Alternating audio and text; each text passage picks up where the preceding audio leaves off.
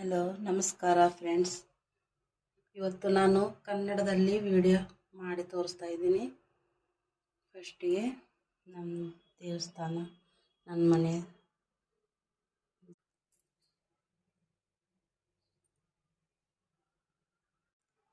Friends, ಇವತ್ತು ಬಾಂಬೆ ಶೈಲಿಯ ಆಲೂಗಡ್ಡೆ ಪಲ್ಯ ಹೇಗೆ ಮಾಡಬೇಕಂತ ತೋರಿಸ್ತಾ ಇದ್ದೀನಿ.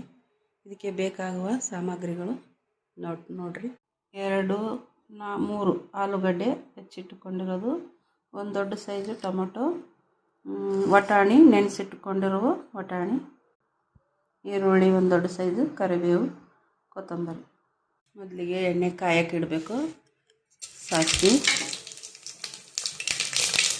ಜೀರಿಗೆ ಹಾಕಿ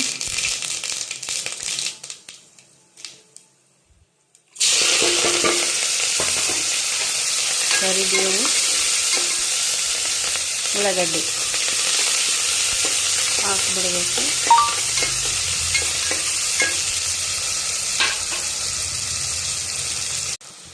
ಉಳ್ಳಾಗಡ್ಡೆ ಕೆಂಪಗಾದ ನಂತರ ಟೊಮೊಟೊ ಹಾಕಬೇಕು.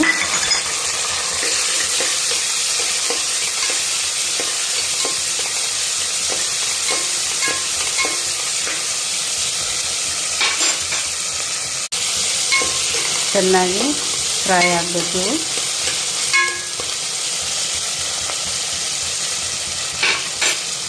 ರುಚಿಗೆ ತಕ್ಕಷ್ಟು ಉಪ್ಪು, 1 ಸ್ಪೂನ್ ಅಚ್ಚ ಖಾರದ ಪುಡಿ. ನಿಮಗೆ ಖಾರ ಜಾಸ್ತಿ ಬೇಕನ್ಸಿದ್ರೆ ಸ್ವಲ್ಪ ಜಾಸ್ತಿನೇ ಹಾಕ್ಕೊಳ್ರಿ. ಈ ಥರ ಚೆನ್ನಾಗಿ ಕಲಸಿ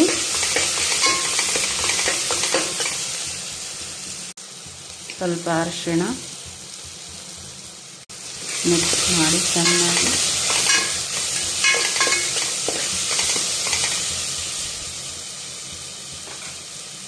ನಂತರ ವಟಾಣಿ, ಆಲೂಗಡ್ಡೆ ಹಾಕಿ ಚೆನ್ನಾಗಿ ಮಿಕ್ಸ್ ಮಾಡಿ 1 ಗ್ಲಾಸು ಅಥವಾ 1.5 ಗ್ಲಾಸ್ ನೀರನ್ನು, ರಸ ಬೇಕಾದರೆ ಸ್ವಲ್ಪ ಜಾಸ್ತಿ ನೀರು ಹಾಕ್ರಿ, ಇಲ್ಲಾಂದರೆ 1 ಗ್ಲಾಸ್ ನೀರು. ನಂತರ ಮುಚ್ಚಿಟ್ಟು 3 ವಿಸಿಲ್ ಆಗೋವರೆಗೂ ಕಾಯಿ. ಫ್ರೆಂಡ್ಸ್, ಈಗಾಗಿದೆ. ಇದನ್ನು ನಾನೀಗ ಸರ್ವ್ ಮಾಡ್ತಿದ್ದೀನಿ. ನೋಡಿ ಫ್ರೆಂಡ್ಸ್, ಈ ಥರ ಚಪಾತಿಯಲ್ಲೂ ತಿನ್ಬೋದು ಅಥವಾ